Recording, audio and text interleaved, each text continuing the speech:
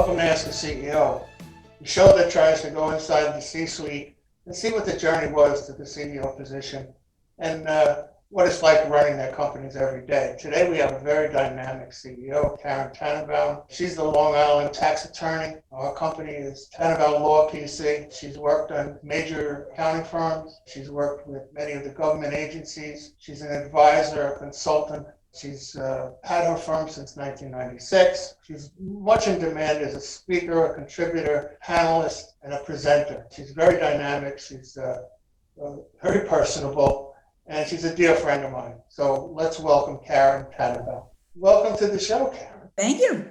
So just to set the stage, our office is a mix of CEOs and people on their own journey to the CEO office. Now you run a really important legal practice here online, which is virtually, it's a business, right? So your input to those people, like myself, I always get a pearl out of these interviews. There's always something for everyone, right? Especially if you're sitting in the CEO suite, you always come out with a pearl. So that's why I love doing this. My day job is one thing, but doing the Ask the CEO interviews is just my passion now, right? So the two areas that our people really are interested in are A, your personal bio, where'd you come from, how'd you get here, and B, what it's like for you on a day-to-day basis. So we're going to try and parse some of that and see what we can get out of Karen Tenenbaum. So Karen, what's your personal bio? How'd you get to where you are today? So first, I want to thank you so much, Greg, for inviting me to this. I've watched you all these years and I've admired you. And it's so exciting to be on your show. So I really appreciate that you invited me. And I hope that I can share some pearls of wisdom that help other people on their journey. So I thank you for that. So I grew up in a family of entrepreneurs and people who have amazing work ethics. My father is in his late 80s and he still goes to work Monday to Friday. He's in his own business with my two brothers. And growing up around the dinner table, we would chat. My mother was also a hardworking woman. She retired in her 80s, but still very vibrant. And both of them would chat about different business aspects sitting around the dinner table every night.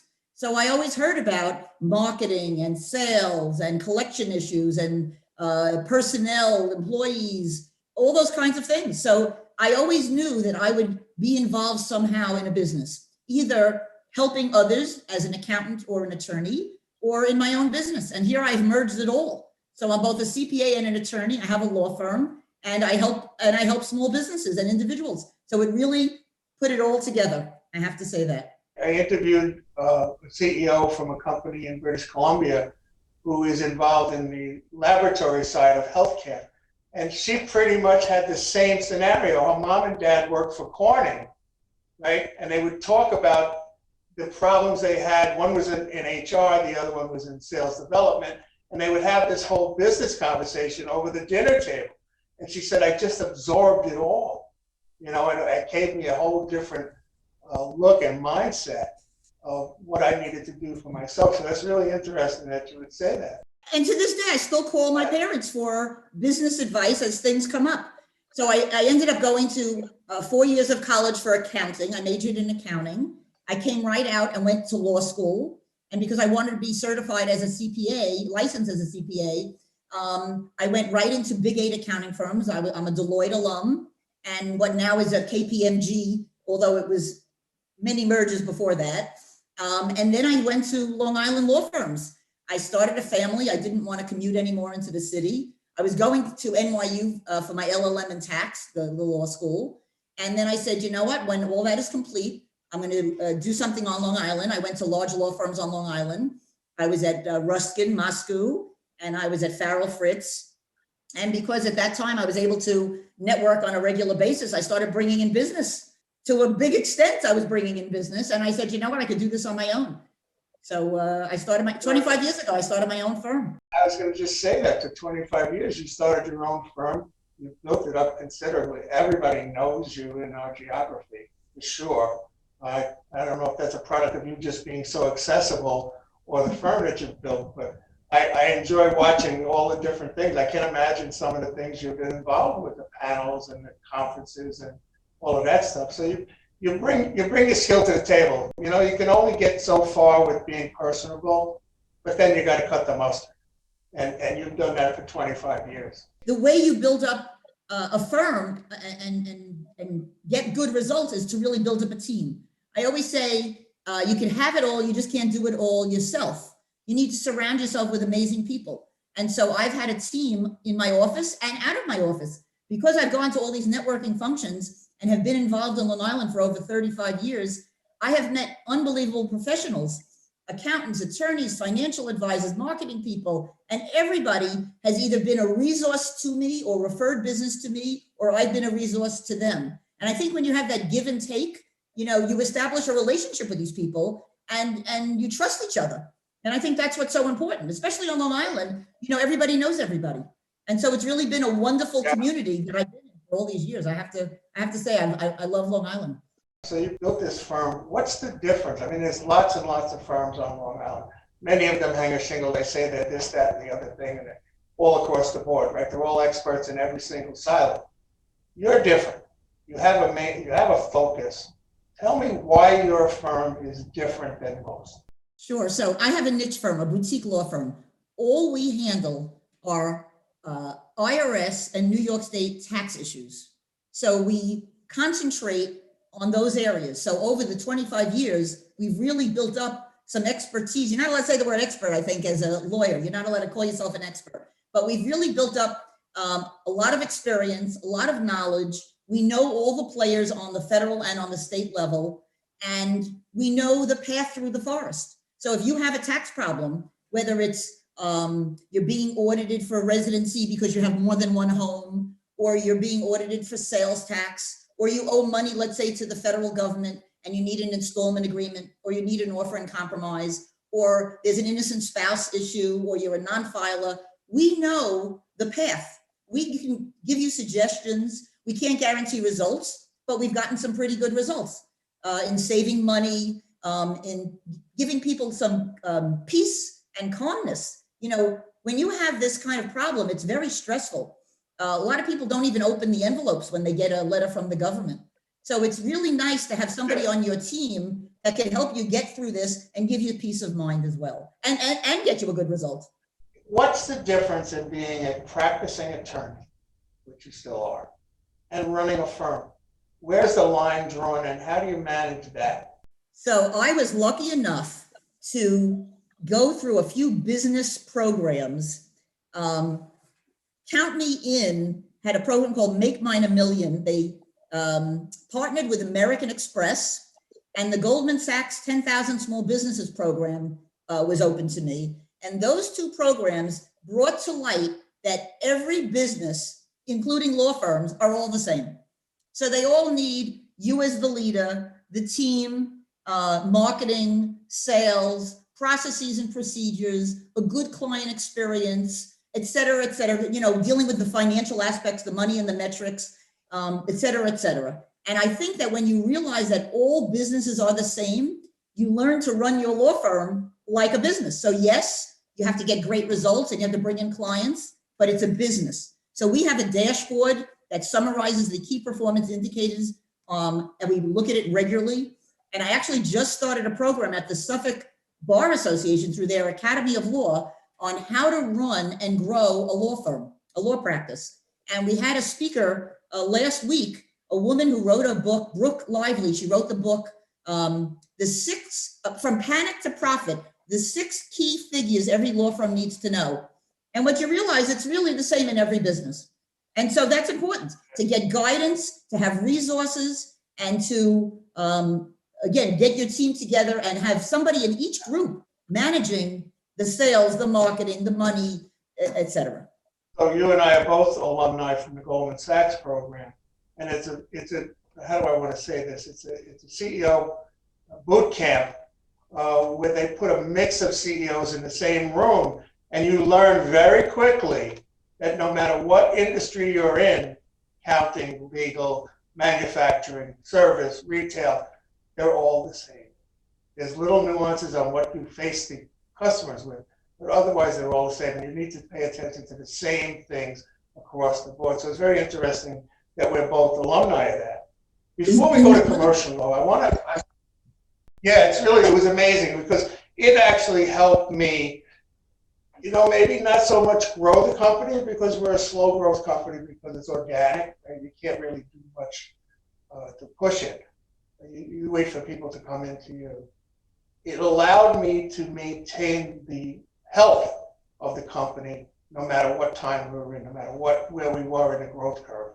So that was an invaluable scenario, and you apparently heard it all. It's a great community of people because they're still a resource and they still put together programs on a regular basis to help you get to the next growth level. All right, we've all suffered through COVID. Now you have a practice, you have a team. What did that do to the practice in terms of not being able to be in front of clients and have meetings and so forth? How did you adjust? So we did a few things. First of all, we became a resource to the community. The first thing we did, we started putting on webinars because the IRS and New York State changed their filing date from April 15th to July 15th. And the IRS reduced and relaxed some of their collection methods. And I think there was a hold on collection in many of the different areas. They didn't have new liens and they didn't have new levies and they didn't go after wages, et cetera. And so we wanted to tell the community what was going on. So we immediately started broadcasting webinars. We did it for the accounting associations, the legal associations, and then trade associations. We went to the restaurant association because they were really hurt badly. And we went to a number of other financial institutions that had customers and clients that needed advice. And we immediately put out PowerPoints, and we created a link to our website that had all the details that you needed to know. So that was the first thing we did. The second thing we did is, of course, we went everything digital. So in terms of client experience, if you wanted to have a Zoom consultation, that was no problem. If you wanted to do it by phone, that was no problem. We actually had a hotline, a free hotline where you could call in and ask your questions, and we gave you free advice. We created an app called Tax Helpline. It's free to everybody. You could download it, Tax Helpline, and it links to the IRS websites, New York State's website, our calendar if you want to schedule an appointment, and we gave a free 15-minute consultation. We also then said, it's obvious that we can't do all these in-person events. What are we going to do for marketing? So we pivoted and we said we need a new website. So we're actually still working on that. We're ready to launch it probably in the next few weeks. And we went very heavily into social media. We have YouTube videos that are for free, everyone could watch. And so we're on LinkedIn, we're on Facebook, Instagram. And so we're out there again to help the public if they have any questions about the tax law. And in fact, right now, I could tell you that just recently in November, the IRS came out again with reduced and relaxed initiatives relating to collection. So if you only owe $250,000 or less to the IRS, there are now many alternatives for you in terms of what you could do with the installment agreements, payments, et cetera. And they also changed some of the things relating to offers in compromise if you can't make your next payment. And with respect to New York State, everyone's telecommuting. And so there are so many rules and it's very complicated. New York State came out with FAQs that talk about where you're gonna pay tax, and pretty much in New York, if you've always been paying tax in New York. And so again, we have this tax helpline that links to all the rules. So everyone can download it for free. My head hurts from listening to all of these regulations and rules and possibilities. Oh my God. God bless you, girl. Always call and I'll tell everybody the rules. Listen, we're going to take a little bit of a break to pay some bills now. So if you don't mind, just stand by. We'll be back in about, maybe 30 seconds or so. Okay? Thank you. Want to get your marketing and advertising out to the widest audience with maximum effect? Check out Lorraine Gregory Communications, an award-winning agency telling personal and brand stories for more than 30 years. Tell your company's story with digital and traditional advertising and marketing. Visit LorraineGregory.com today. Okay, we're back with Karen Tenenbaum. the CEO well, I don't know if you know, you're managing partner, I guess, of Tenenbaum Law PC, right? A Long Island tax attorney. And it's very exciting, very enlightening what she's gone through. So we just talked about the COVID situation in there. Now I know the other part of you is you're a very big advocate for financial literacy all across the board. Now I remember you had produced a little booklet, if I'm not mistaken, Walter the Vault. Tell us a little bit about Walter. So Walter the Vault, you could go to walterthevault.com, and it teaches little children about money. So many years ago, I started a nonprofit called Commerce Plaza. We have since donated it to Yes Community Counseling. And it's a program where fifth graders come and go on, pre-COVID went on a field trip.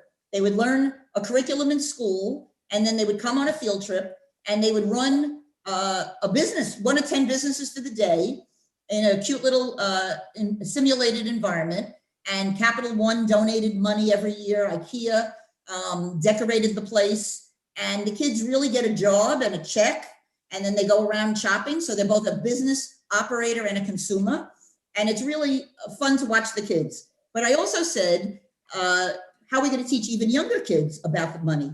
So we started walterthevault.com, and he's an animated character that's fun, and he speaks in rhyme. I'm Walter the Vault. I'm friendly and nice. I'm filled up with rhymes and financial advice. Save your nickels, save your dimes, listen well to all my rhymes. And if you do, it's me you'll thank for all the money in your bank. And so we have lots of fun books and games and tools. If you go to the website, there's money, remaining change, money's coming out of the sky, and you could catch all the pennies, nickels, dimes, quarters, or you could catch $1.25.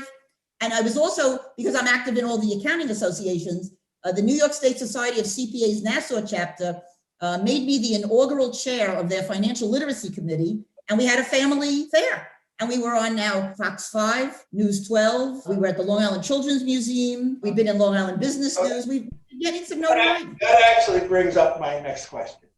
All right, you are such a visible ambassador for your firm. How do you find enough time in a day to do that, and why is it so important to you to do it that way? So I really enjoy what I do, I have to say. You know, every year at the beginning of the year, I list all my different projects and my hobbies and my interests, and then I try and allocate time to do every one of those things. So I block out time. I have to say I enjoy my life, and I do have flexibility because I'm the owner of the business, but I also actually give flexibility to everyone on my team and my staff. And so I try and fit it all in. I think it's a great life, a very full, rich life. You couldn't possibly do that without a really terrific staff behind you. You can't do it. Tell me a little bit about some of the people that work for you. I am very lucky, I have to say. So I have people that have been with me for many, many years. So I have an office manager that's been with me for many years. I have, and she's in charge of client relations as well. And then we have another person who's with us for also many years that helps out with technology and automation. And in fact, she's the one who created the app for us, which is amazing. And we have an intake person that's been with me for almost 20 years. My bookkeeper has been with me. I'm doing this 25 years. My bookkeeper has been with me 26 years. She started the year before when we were typing up labels to send out announcements. Would you believe? Isn't that crazy? And she became my bookkeeper. We have great attorneys. Some of the attorneys have been with me also many, many, many years. Seasoned professionals that really know the law and the way through dealing with the government. And they're just so nice that the clients, request them. We have a great marketing team. I have a great financial analyst. I have a big team. I think that comes from the top, the niceness and the gregariousness and the personalities. I think that absolutely comes from the top. And with you being at the top, it can't help but filter down to the staff. So I get a kick out of you. You're such a wonderful person. I love you to death. So listen, so we all learn from challenges and opportunities. I'm going to give you 2 shots at this. What was the biggest challenge you ever faced? And what was the biggest opportunity, whether you took it or you didn't? Okay, so I have to say COVID really became an opportunity because now we're digital in more ways than we were before. Again, we allow flexibility and people could work remotely. And it encouraged us to ramp up the website and the social media and the online presence, because I was physically running around to all those events, like you said. I mean, I would go to 2 or 3 events sometimes in a day to be everywhere. And now I've expanded geographically. I'm getting calls from people in California. We represent someone who used to make, he worked for Broadway, would make set designs for Broadway. And he owes a lot of money to the IRS, and he has a tax problem. And he's not going to work all of 2020 and half of 2021 at a minimum. And here he is in California, and he called me. So it really opened up an opportunity to not be geographically stuck to just New York and Long Island. We've gone through the same thing. The more prominent we've become, and thank God, knock wood, we've done a pretty good job at that. We're getting calls. I just interviewed a guy this morning from London. So it's there. You have to build it up. It's going to happen.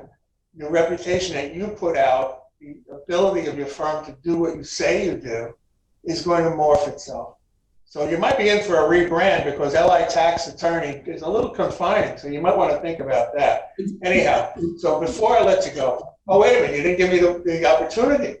If I rebrand, I already have a valuable website, LI Tax Attorney. So I don't know, I mean, I guess I could start another one and have it merged together, but I wouldn't want to give up the assets that I've already created, to be honest with you. We'll talk offline, I'll tell you. Okay, good. A resource, that's what I said. At one point, we had 6 companies working off the same website, so I can help you. Right? Great. So anyhow, so before I let you go, we like to give the audience from the CEO seat the best piece of advice you've ever gotten, and the best piece of advice you could give CEOs coming up to your level. Okay, so there are 2 things. One, I think I said it earlier, you can have it all. You just can't do it all yourself. You need an amazing team. You need to surround yourself with a lot of people that have the right strengths. So I like to recognize everyone's strengths and give them the proper position to bring out those strengths. So that's the first thing. The second is, I think Mario Cuomo said it, success is easy. Figure out what you want to do and then do it. So I always say you have to have clarity and consistency. So you have to figure out what it is that you want, what your goals are, and then take a step every single day toward your dream. Just step by step, little steps. So you're not building the house all at once. You're going brick by brick, but with an end goal.